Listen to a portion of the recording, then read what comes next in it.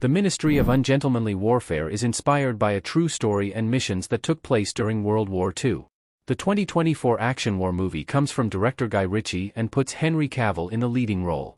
Also starring Alan Ritchson, Isa Gonzalez, Henry Golding, Alex Pettyfer, and more, The Ministry of Ungentlemanly Warfare features major action sequences and Ritchie's typically cheeky humor.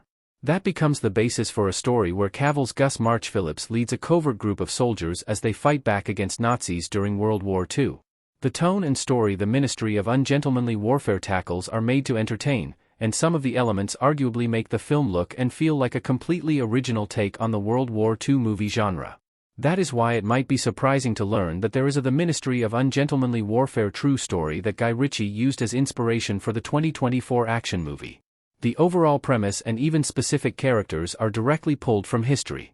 The true story of the Ministry of Ungentlemanly Warfare shines a spotlight on lesser-known events and people. The Ministry of Ungentlemanly Warfare is based on a real British World War II team Winston Churchill created.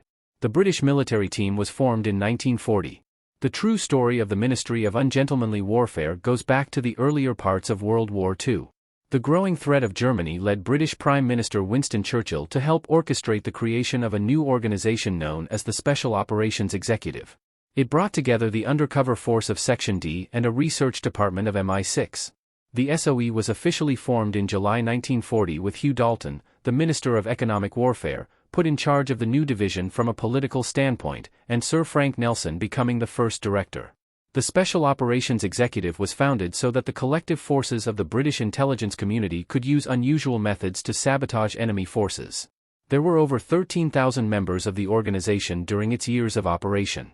The SOE maintained strong support from Churchill over the years, with Churchill's Toy Shop becoming the nickname for the location where weapons development for the SOE took place. This also led to the title of Damian Lewis' book about the SOE, Churchill's Secret Warriors, the explosive true story of the Special Forces desperados of World War II. The main purpose of the SOE under Churchill was to fight back against the Axis powers during World War II.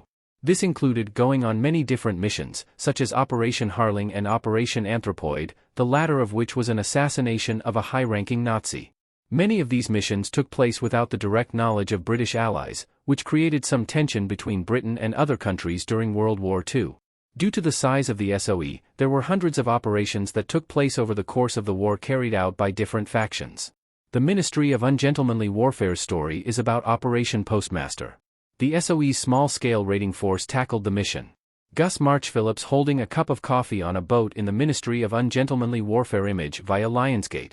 The SOE is the broad inspiration for Guy Ritchie's movie, but the Ministry of Ungentlemanly Warfare's true story is more directly about a smaller faction and a singular operation. The British government learned of a German submarine refueling station near Africa in 1941, and the desire to disrupt this part of the Nazis' plan led to what became known as Operation Postmaster. The SOE selected the faction known as Small Scale Raiding Force, or Number 62 Commandos, to lead the operation, which was officially given approval from the Foreign Office in London.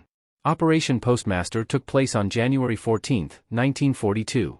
The plan for Operation Postmaster was for the Small Scale Raiding Force to use its sabotage skills to steal Italian and German boats.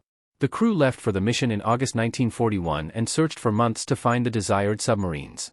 The plan to steal them led to the SSRF and SOE arranging a party for the regular officers to attend, allowing the small crew of SSRF members to raid the ships and overthrow the crew. The successful nature of Operation Postmaster was seen as a sign of the SOE's ability to do undercover missions.